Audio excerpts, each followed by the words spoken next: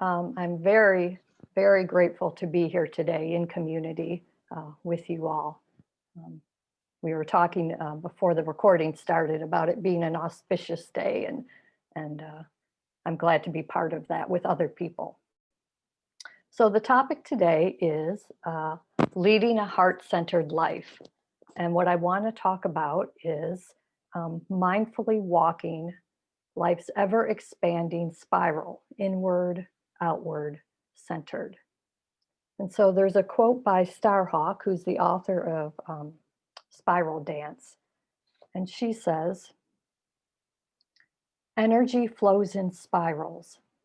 Its motion is always circular, cyclical, wave like.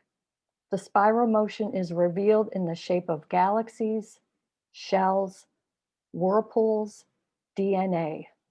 Sound, light radiation travel in waves, which themselves are spirals viewed in a flat plane. So I love the spiral metaphor because it can symbolize balance, those times when we're perhaps inward and at rest, and then balance with the times where we're active out in the world doing our work.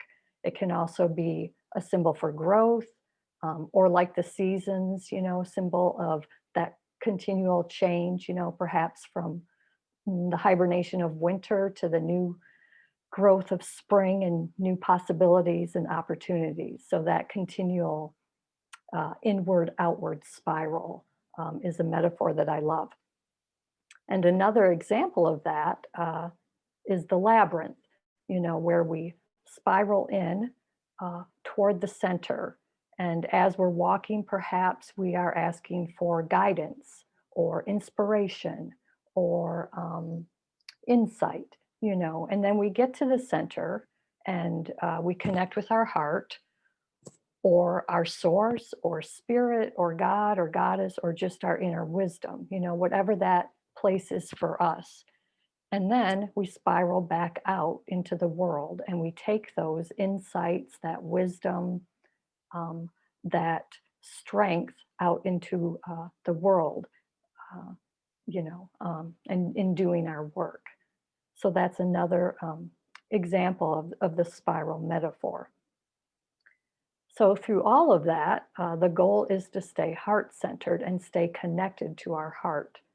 Um, um, so I have a reading that I actually saw today in the Science of Mind magazine, and it's by a Hopi elder. And it says, what we as humans must do is take the longest journey of our life. It is not traveling around the globe, sitting on the tops of great mountains, or seeking some remote land. It is the journey from our head to our heart. This is the longest journey a human can take, and it is the journey that will bring about peace. So what helps us connect with our heart? One thing that I've talked about before is our breath, because that's an immediate connection. And if you've taken yoga or singing, you've probably heard that it's important to breathe from the belly or the diaphragm, to get grounded, to get centered. And so in my recent book, A Moment of Calm, one of the things I talk about is 3 slow, deep breaths in and 3 slow, deep breaths out, which we can do in 60 seconds. We can do, almost any place, any time. It's accessible to us. And the title of the book, A Moment of Calm, is just that. It's a moment, right? We don't stay calm 24/7 because, we live in the world and things happen.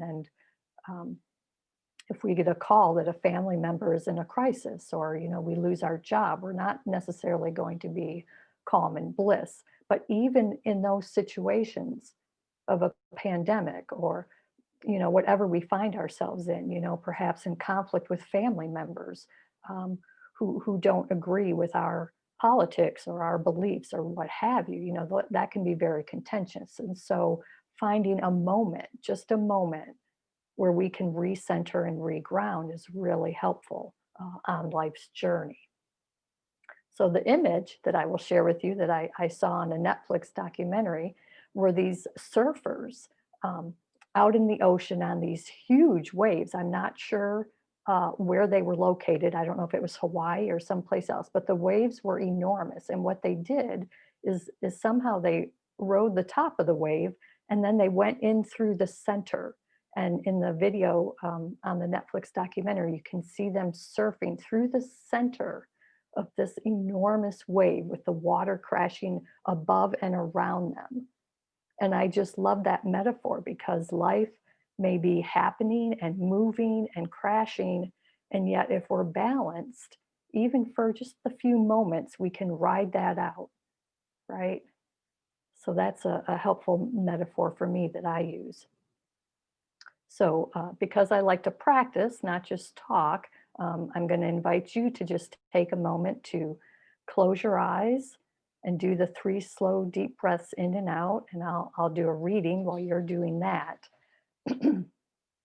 If you cannot take 3 slow, deep breaths because of health conditions or, out west for a while with the fires, there was pollution, you wouldn't want to be breathing that in.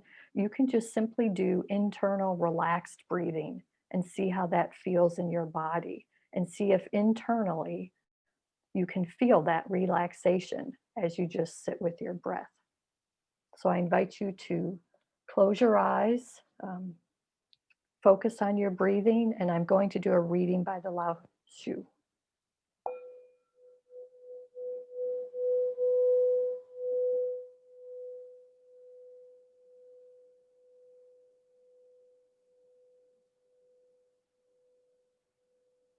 Always we hope someone else has the answer. Some other place will be better. Some other time it will all turn out.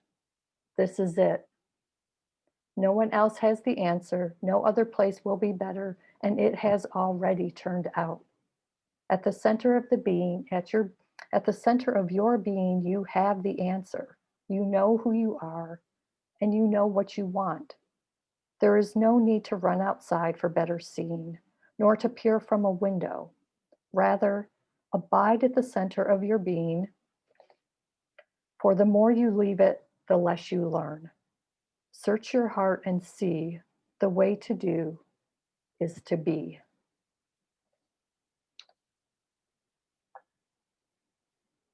I invite you to open your eyes and come back if you had them closed.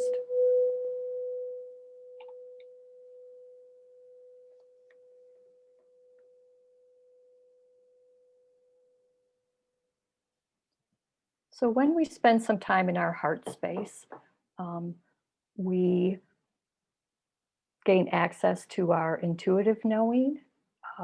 We may gain clarity, we may gain inspiration, and we may gain guidance, all helpful things on our journey. And we may also uh, gain healing, our own personal healing. So, for example, with my first book, Traveling Spirit, that book took place after my father's death in a drunk driving accident. And the one thing that death and suffering can do is sort of force us into our hearts because, we're suffering and we're in pain and we're immediately um, catapulted, propelled, into our heart space, right? And when we're there, then we can ask, oh, what do I need? What do I need for healing? And then when we do that inner work, right, then we take that in the work that we do in the world. So with Heart Guide, the next book I did, I asked other people, what helped you with your grief? What would you like to share about your journey? And when I gave talks about the Heart Guide book on grief and healing, sometimes after the talk, I would get asked, did working on the Heart Guide book help you with your loss of your biological father? And the answer is no, because I had already spent decades doing my inner healing. And then when I went out in the world, it wasn't about me, it was about offering a service and being a compassionate listener. And so to be a compassionate listener, it helps if we don't have judgments or expectations or preconceived ideas of what someone else's life journey should be. Okay.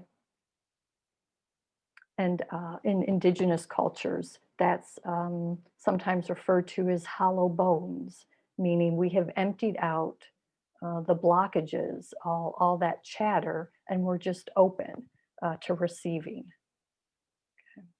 So, doing our inner work can help us do our outer work, especially the compassionate listening piece. And then the more recent book, The Freedom to Be Stories from Transgender Youth, Adults, and Their Families, I had the same intention. I thought, oh, I'm doing my outer work, social justice, and I'm here to listen. I'm here to be a compassionate conduit. And that was my intention. Um, but it turned out a little bit different because back in 2002, I had interviewed and written about someone who was transgender. And when I was doing that work, close to 20 years ago, I met a number of people who were transgender and learned a tremendous amount. And some of those people have been lifelong friends all this time. And so when I thought, oh, I'm just going to listen and share what, awesome, cool people these are, because there was a lot of hateful stuff going on social media and with policies and whatnot and in politics. And so, my intention was to share, the stories of these cool people that I already knew. So, but what was interesting is that I interviewed some younger people and African American transgender women. And what I didn't realize when I started is that, oh, all the transgender people I know are about my age, uh, white, living a certain life. And um, I had gotten complacent. I didn't really tune in to the way other people's lives were unfolding in this time and in this place. And so it was a very good learning. And so, speaking to young people and asking them, hey, um, what does non-binary mean to you, or asexual or agender or pansexual, or all the language that changes so rapidly. Even with my daughters who are in their 20s, they'll say something about spill the tea, and I'll be like, what's that, what are you talking about, and they'll clue me in, oh, in Britain they have tea and they gossip. And so when you say spill the tea, you're saying share the gossip.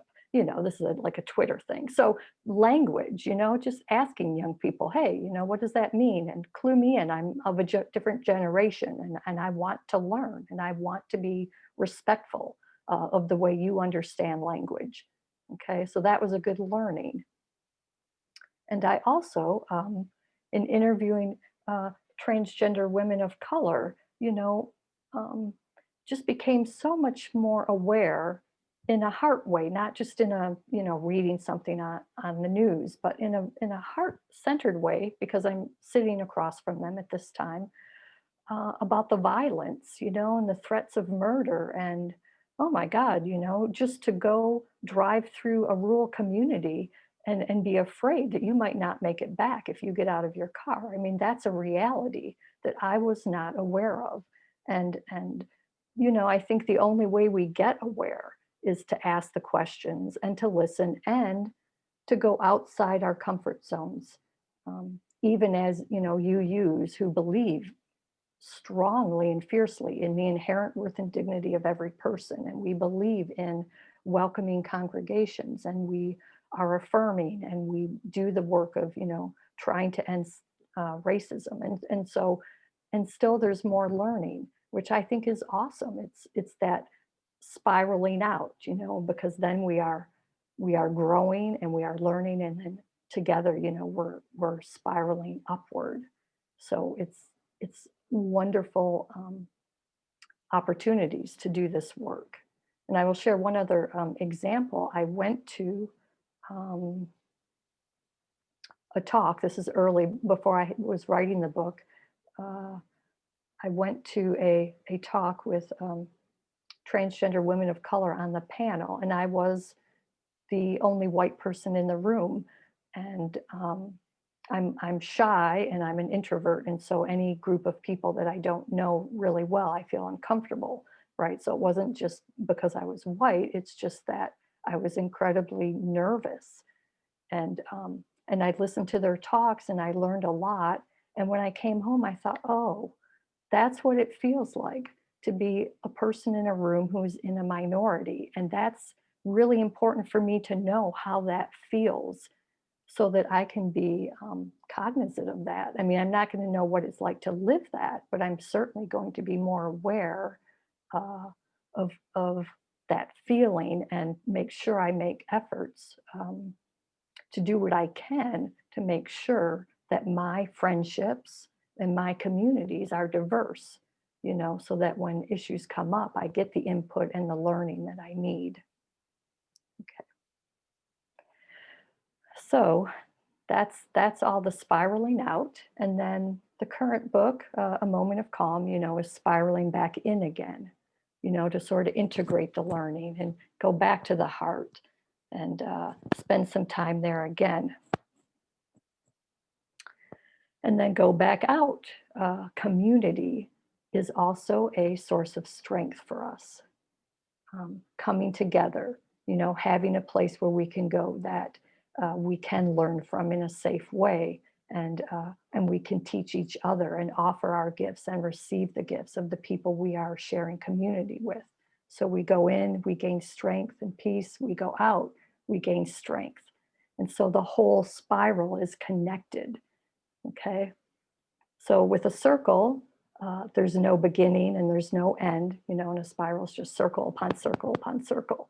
And so uh, I want to give you an image. If you've ever been to a wedding where you place your hands on the person in front of you and you do that sort of line dance where everybody's connected and and it starts to snake around the room, that's the spiral. We are each impacting everyone else, right? It's like little beads on a rope. Everything we do, everything we say, it's impacting the people around us. And so to be aware of that dance can be so helpful.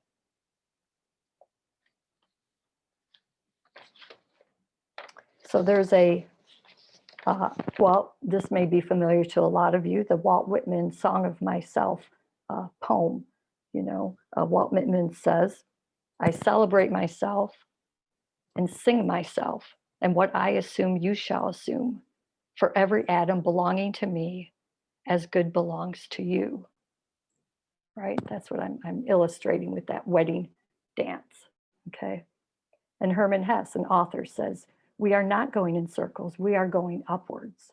The path is a spiral. We have already climbed many steps, which is a helpful reminder. We have already climbed many steps. We are going upward. We are making progress. We are on our way, and we invite others to join us, okay, because it's all connected. That would be the mystical approach to it also, right? It's all from our DNA out to the galaxies. It's all part of the dance. So we lead a heart-centered life, hopefully with compassion toward ourselves, kindness toward ourselves, and compassion towards others, kindness towards others. And of course, compassion is just the other side of the justice coin, because if you care about people and you meet them and you know them and they are your friends and they're in your heart, you are going to do whatever you can to make sure they are treated fairly on this planet. And if you care for the planet, you're going to do whatever you can to make sure the planet is in good shape and going to sustain, future generations. And so compassion, justice, same, almost the same word, because when you care, you do the work to make sure people are treated as they should be. Okay, so I'm going to conclude. I have two just quotes that I want to conclude with. My books, if you are interested, are on my website. That's just my name, dianaensign.com. And those are my offerings. Those are the way I contribute I spend way more than I ever take in. I must not be a business person, but it's all right because it feeds my spirit, and it makes me feel like I'm contributing on that link in a positive forward motion. And so I do hope you check those out because I think there's information there that helps us and that we learn from. Okay, so the quotes I want to end with, the first one is Wilford Peterson, who was a science of mind writer in the 1900s, and he says, "Success is not arriving at the summit of a mountain as a final destination. It is a continuing upward spiral of progress. It is perpetual growth." And then the final reading by Christina Baldwin, who's an author. "Contact with the sacred occurs in the stillness of the heart and mind. If there is any real destination to the spiritual quest, it is this point of silence, the middle of the spiral, the center of the self." So thank you.